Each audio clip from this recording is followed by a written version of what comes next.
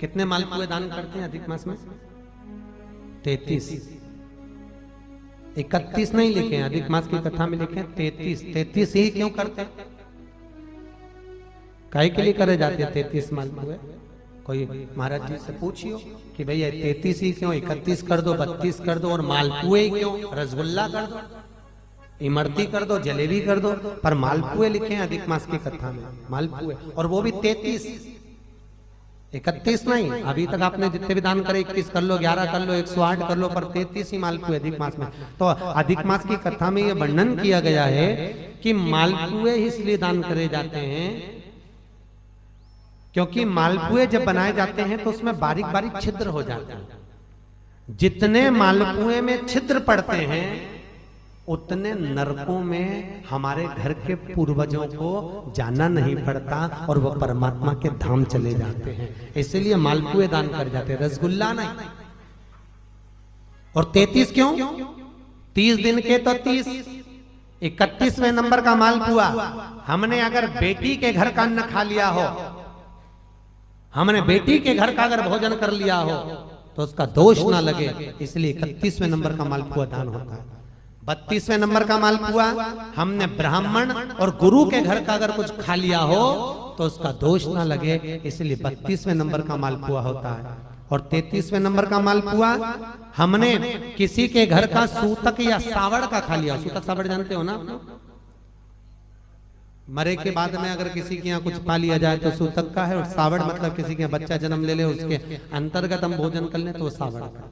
हमने अगर सूतक या सावड़ का भोजन कर लिया हो तो हमें दोष ना लगे, इसलिए 33वें नंबर का मालपुआ होता है। ये 33 मालपुए का दान इसलिए करा जाता है कि हम नरकों में ना पड़े, हमारे पूर्वज, हमारे घर के जितने भी पूर्वज गए हैं वो नरक में ना पड़े, इसलिए मालपुए का दान देने से हमारे पूर्वज तर जाते हैं। मालपुए का दान 33। तो शिव कथा कर रही है। चंचुला ने भगवान शिव के मंदिर में बैठकर कथा का रसपान करा, और उस रसपान को करने के बाद में मन में थोड़ा सा ग्लानि उत्पन्न हुई, थोड़ा दुख हुआ। मैंने क्या कर दिया? अपना जीवन यूं ही निकाल दिया, बचपन गंवा दिया, जवानी गंवा दिया, धेड़ी गंवा दी, और बुढ़ापा आ रहा है तो वो भी यूं नष्ट हो जा रहा है। चोरी का अन्न लाते थे, मैं खाती थी, वो जीवन गया। अब थोड़ा भजन किया, वापिस गई चंचुला। जिस ब्राह्मण ने शिव महापुराण की कथा सुनाई थी उसी ब्राह्मण के पास पहुंची, उसी ब्राह्मण के पास। ब्राह्मण देवता,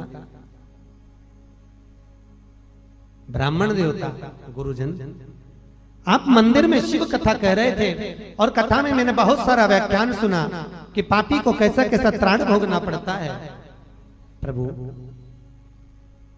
मैं बेधव्य विधवा, ऐसा कोई कथा सुना दीजिए जिससे मैं परमात्मा के धाम को चली जाऊं। ब्राह्मण ने वापिस शिव महापुराण की कथा सुंदर सरोवर के तट पर चंचुला को श्रवण कराई, और चंचुला उस कथा को सुनकर भगवान शंकर के कैलाश धाम पर पहुंच गई, जहां पार्वती जी की सखी बनकर निवास किया है चंचुला। इतनी पापी की पत्नी होने के बाद, बिंदु जो कपटी था, पापी था, छली था, उसकी पत्नी होने के बाद भी यहां भाग पार्वती की सहेली का, पार्वती जी की सखी बनी। बड़ी चंचुला के मन में आया कि मैं तो पार्वती जी की सखी बन गई, मैं पार्वती जी की सहेली बन गई, परंतु मेरे मन में एक दुख है, क्योंकि मेरा पति, अब मैं सहेली बनकर निवास कर रही हूँ, मेरा पति जिसने छल करा, जिसने चोरी करी, जिसने कपट करा, जिसने बेईमानी करी, जिसने प्रपंच करा, वो तो एक प्रेत योनि में हो गया, प्रेत योनि में घूम रहा है। उसकी मुक्ति कैसे हो, उसका मोक्ष कैसे?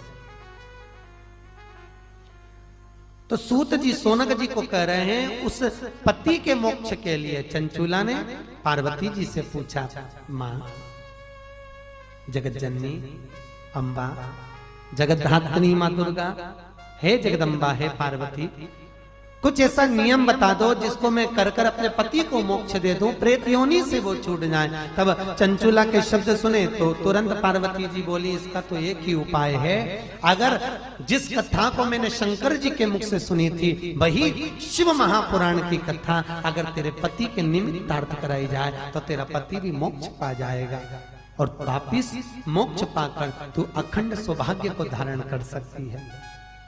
चंचुला ने कहा, मां ये कथा मुझे कौन सुनाएगा?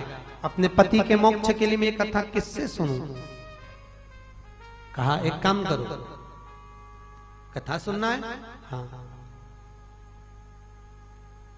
शिव कथा को तो केवल एक ही सुना सकते हैं, वो नारद जी से जाकर कहो। अब नारद जी के पास चंचूला गई। नारद जी महाराज तो आ रहे हैं बड़े आनंद में, हाथ में वीणा। नारद जी को जानते हो ना, बड़े सबसे ज्यादा अलमस्त रहने वाले, बिना माचिस का माचिस, बिना माचिस, पर भिड़ाए भी ऐसा कि भगवान से मिला दे, ऐसा भिड़ा, भिड़ाने पर भी बहुत। नारद जी महाराज निकल गए कि मेरी नस नस बोले हरी हरी।